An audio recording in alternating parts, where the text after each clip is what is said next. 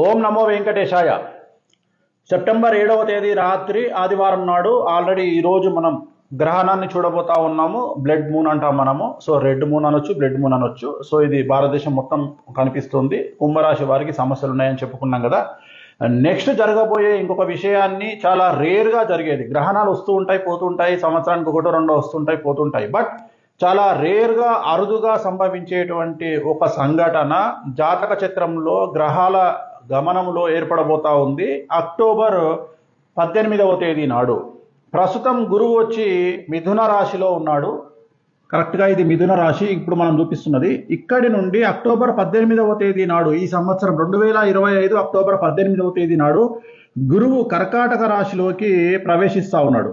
So గురువు అనేటువంటిది మీరు అబ్జర్వ్ చేస్తే ప్రతి సంవత్సరము గురువు మారుతాడు. ప్రతి సంవత్సరము మారినటువంటి గురువు సంవత్సరం పాటు ఒకే ఇంట్లో స్థిర నివాసం ఏర్పరచుకొని ఉంటాడు. ఎప్పుడైతే గురువు మారుతాడో ఆ గురువు మారినటువంటి రోజు నుండి 12 రోజుల పాటు మనకు ప్రతి నదికి, అంటే ఏదో ఒక నదికి పుష్కరాలు రావడం అనేటువంటిది సంభవిస్తుంది. ఈ సర్కిల్ అనేటువంటిది ప్రతి 12 సంవత్సరాలకు ఒక్కొక్కసారి మారుతానే ఉంటుంది. మేషరాశిలో ఉన్నప్పుడు ఒక నదికి పుష్కరాలు వస్తాయి, మిథున రాశిలో ఒక నదికి పుష్కరాలు వస్తాయి. అంటే గురువు మారిన రోజు నుండి 12 రోజుల పాటు. గురువు అనేటువంటిది మామూలుగా చంద్రుడు ఒక నెలన్నరకు మారుతాడు. చంద్రుడు 1.5 రోజుకు మారుతాడు.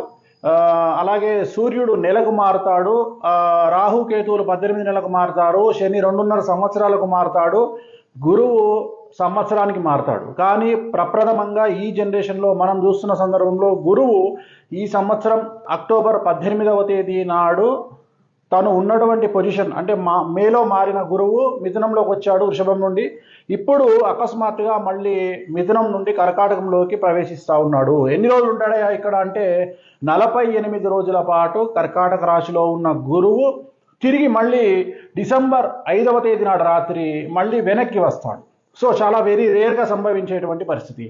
అంటే ఒక విమానం కానీ, ఒక బస్సు కానీ, ఒక ట్రైన్ కానీ సడన్గా ముందుకు వెళ్తున్న సందర్భంలో మీరు సడన్గా వెనక గేర్ వేశారనుకోండి, ఏమవుతుంది అంటే అతిపెద్ద వైబ్రేషన్ అనేది సంభవిస్తుంది. సో అలాగే గ్రహ గమనములో, నవగ్రహాల గమనములో గురువు ఈ అతిచారం జనరల్గా మనకు ఉన్నటువంటిది భారతదేశంలో మరీ ముఖ్యంగా సౌత్ ఇండియాలో చాంద్రమానం అనేటువంటిది చూస్తాము. నార్త్ ఇండియాకు వస్తే సౌరమానం అనేటువంటిది చూస్తాము. మామూలుగా మనం చంద్రుడిని బేస్ చేసుకొని జాతకాలు చెప్తే మనకు నార్త్లో కనుక తీసుకున్నట్లయితే సూర్య అంటే రవిని బేస్ చేసుకొని, రవి కర్కాటక రాశి స్థితే అని వాళ్ళు రవిని బేస్ చేసుకొని జాతకాలు చెప్తారు. కానీ కాశీ పండితులు కానీ, కలకత్తాలోని కాళీమాత పండితులు కానీ బార్హస్పత్య మానము అనేటువంటి దాన్ని వివరణగా తీసుకొని చెప్తారు. దాన్ని బృహస్పతి మానం అంటాం. బృహస్పతి అంటే గురువు అని అర్థం.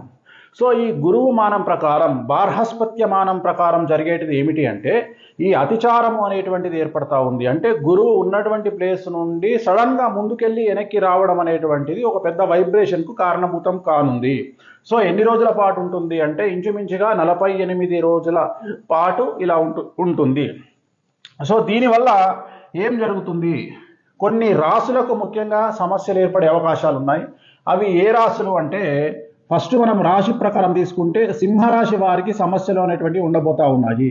అలాగే మేషరాశి వారికి సమస్యలు అనేటువంటివి ఉండబోతా ఉన్నాయి. అలాగే కుంభరాశి వారికి సమస్యలు అనేటువంటివి ఉండబోతా ఉన్నాయి. అలాగే ధనుస్సు రాశి వారికి సమస్యలు అనేటువంటివి ఉండబోతా ఉన్నాయి. సో మనం వేసుకున్నటువంటి లెక్క ప్రకారము ధనుస్సు, కుంభము, మేషము, సింహము, సో వీరికి సమస్యలు ఉండబోతా ఉన్నాయి. అలాగే మంచి జరగబోయే రాశులను కనుక తీసుకున్నట్లయితే కన్యా రాశి, తులారాశి, వృశ్చిక రాశి, మకర రాశి, మీనరాశి, వృషభ రాశి, మిథున రాశి. సో వీరికి మంచి జరగబోతా ఉంది. మంచిగా విన్నారు కదా.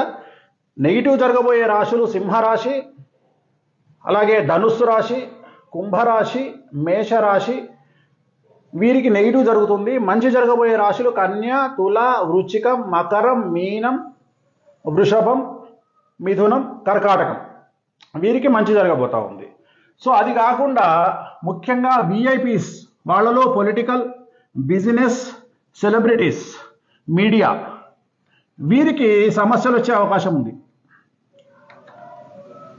అంటే మీడియాలో పనిచేసే వాళ్ళు పెద్ద పొజిషన్లో ఉన్నవాళ్ళు లేదా ఓనర్స్, సెలబ్రిటీస్ అయితే ఎనీ రంగంలో సెలబ్రిటీస్, బిజినెస్లో ఎంటర్ప్రెన్యూర్స్, డబ్బున్న వాళ్ళు అనుకోవచ్చు, అలాగే పొలిటికల్గా అధికారంలో ఉన్నవాళ్ళు అవ్వచ్చు. విఐపీలు అంటే ప్రోటోకాల్ పీపుల్. దీంట్లో డబ్బు, హోదా, బ్యూరోక్రాట్స్, గవర్నమెంట్ పెద్ద పెద్ద ఉద్యోగస్తులు వీళ్ళందరూ ఈ బ్యాచ్లోకి వస్తారు.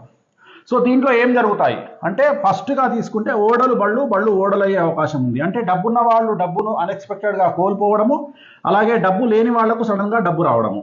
అలాగే గవర్నమెంట్ ఉద్యోగస్తులు కానీ, డబ్బున్న వాళ్లకు కానీ, విపరీతమైనటువంటి లైఫ్ను ఎంజాయ్ చేస్తున్న వాళ్ళకు కానీ, ఈడీ కానీ, సిబిఐ కానీ, రెవెన్యూ ఇంటెలిజెన్స్ కానీ, జిఎస్టీ కానీ, సేల్స్ ట్యాక్స్, కమర్షియల్ ట్యాక్స్ లాంటి వ్యాపారంలో ఉండే వాళ్లకు ఈ ట్యాక్స్ల పరంగా కానీ న్యాయపరమైన ఇబ్బందులు ఏవైనా ఎదుర్కోవడము, లేదా కొంతమంది పొలిటీషియన్ కానీ, పెద్ద పెద్ద ప్రముఖ వ్యాపారవేత్తలు కానీ జైలుకు వెళ్ళడము, మరీ ముఖ్యంగా ఆడవాళ్ళలో ఉన్న సెలబ్రిటీస్, పెద్ద పెద్ద సెలబ్రిటీస్కు ఆరోగ్య భంగం ఏర్పడము, లేదా జైలుకు వెళ్ళడము, లేదా సమస్యలను కొని తెచ్చుకోవడము, ఇలాంటివి జరిగే అవకాశం ఉంది. ఇంకా రెగ్యులర్గా మనం తీసుకున్నట్లయితే ఖచ్చితంగా కనిపించేది ఏంటంటే ప్రకృతి వైపరీత్యాలు అనేటువంటి సహజంగానే మనం చూస్తూ ఉంటాము. సో ప్రకృతి వైపరీత్యాలు రెగ్యులర్గా ఉండేటివే ఇలాంటి సందర్భాలలో. ఇవి కాకుండా నేను చెప్పినటువంటి సమస్యలు అనేటువంటివి ఏర్పడనున్నాయి. మరి దీనికి ఏం చేయాలా అంటే ఒకటే గుర్తుంచుకోండి, సాధ్యమైనంత వరకు ఈ 48 రోజుల పాటు లెమన్ ఎల్లో అనేటువంటి బట్టలు ధరించండి. అట్లీస్ట్ మీ షర్ట్ గాను, మగవాళ్ళు అయితే షర్ట్ ధరించండి, అలాగే ఆడవాళ్ళు అయితే చూడీదార్ కానీ, శారీ కానీ ధరించండి. లేదు మీరు ప్రయాణం చేసే వాహనాల్లో మీరు కూర్చునేటువంటి సీటు పైన lemon yellow colour Turkey towel వేసుకొని కూర్చోండి. సో అలాగే ఎక్కువగా విపరీతంగా మీకు వీలైతే పులిహోర ఎల్లో కలర్లో ఉంటుంది, లెమన్ ఎల్లో కలర్లో, లేదా మ్యాంగో ఎల్లో కలర్లో ఉండేటువంటి, మామ్లం కలర్లో ఉండేటువంటి పులిహోర తయారు చేయించి బీదవారికి దానం చేయండి. వీలుంటే శ్రీకాళహస్తిలో గురు దక్షిణామూర్తి దగ్గరికి వెళ్ళి ఈ 48 రోజుల్లో ఏదో ఒక రోజు బయట, దేవాలయం బయట ఉన్నటువంటి పసుపు రంగు పూలను కొనుక్కొని వెళ్ళి స్వామివారికి సమర్పించి దాంట్లో నుండి 2 పూలు తీసుకొని వచ్చి, ఒకటి మీ జేబులో, రెండవది మీ బీరువాలోనో హ్యాండ్ బ్యాగ్లోనో ఉంచుకోండి. అలాగే అక్కడ అర్చన నిర్వహించండి శ్రీకాళహస్తిలో గురు దక్షిణామూర్తి వద్ద. సో ఈ రకమైనటువంటి పరిహారాలు చేసుకోవడం వల్ల సమస్యల నుండి బయటపడేటువంటి అవకాశాలు కనిపిస్తున్నాయి. ఓం నమో వెంకటేశాయ.